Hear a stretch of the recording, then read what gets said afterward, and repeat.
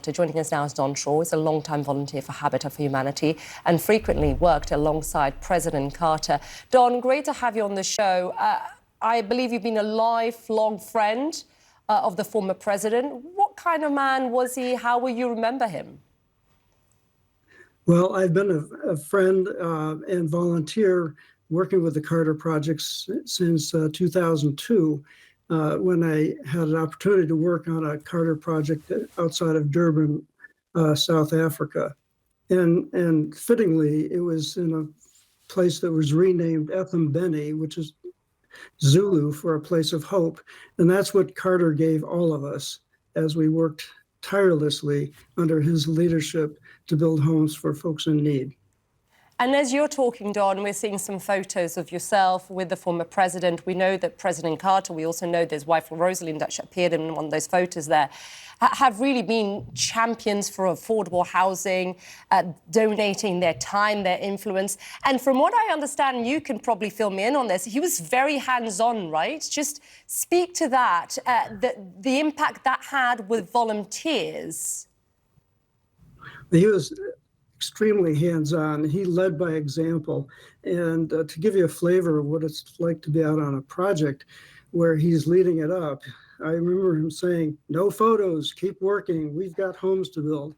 And he was our just tireless, benevolent taskmaster, we affectionately called him.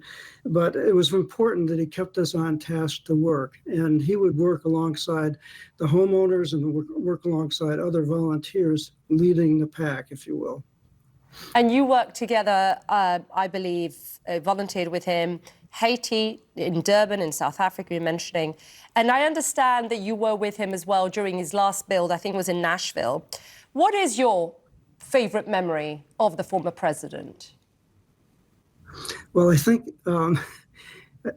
when we were in Haiti, we were sequestered because of there's just the situation that we'd go out to our work project, then come back to our compound, if you will, to eat and sleep. But he would hold sessions after hours to talk about world events and what's going on in his life. And he made us feel like we were one part of his inner circle, all 2,000 of us, if you will, because he would share with us the things that were happening in the world and talk to each one of us as he could after hours. I think that one time I had a conversation with him at lunch in Haiti, and it just meant the world to me because we were able to, he's the type of person that looks at you, sees you, and is in the moment with you always. So you know he's paying attention to you. And that's the way he was with everybody. And those are some of my favorite memories of him because he truly believed in the power of the individual to make a change in the world. And that power of the individual that you're talking about there, the seeing, listening, looking into your eyes and listening to what you're saying, how much do you think that faith, deep faith, from what I understand, was part of this?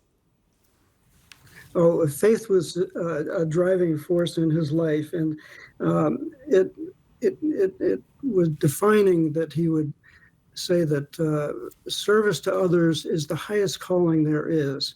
And I think that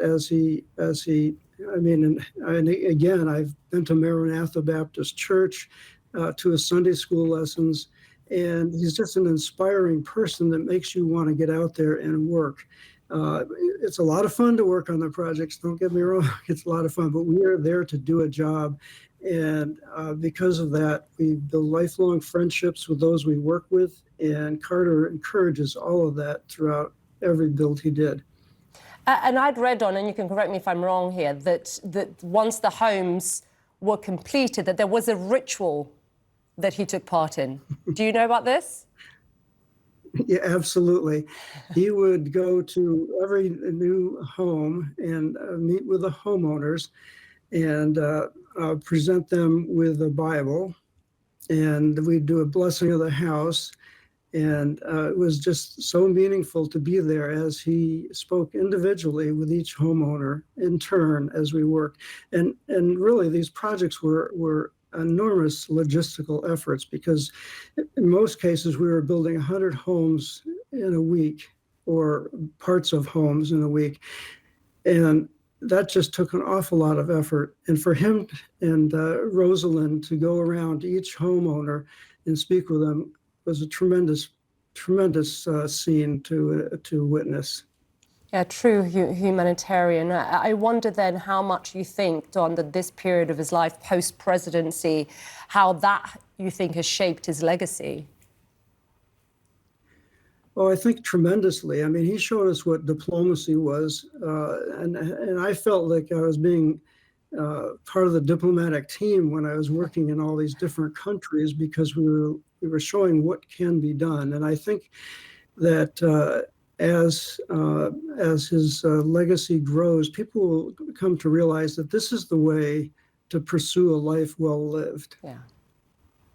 An example for us all, no doubt. Don, really appreciate you sharing your stories, your personal stories with us. Thank you very much, Don.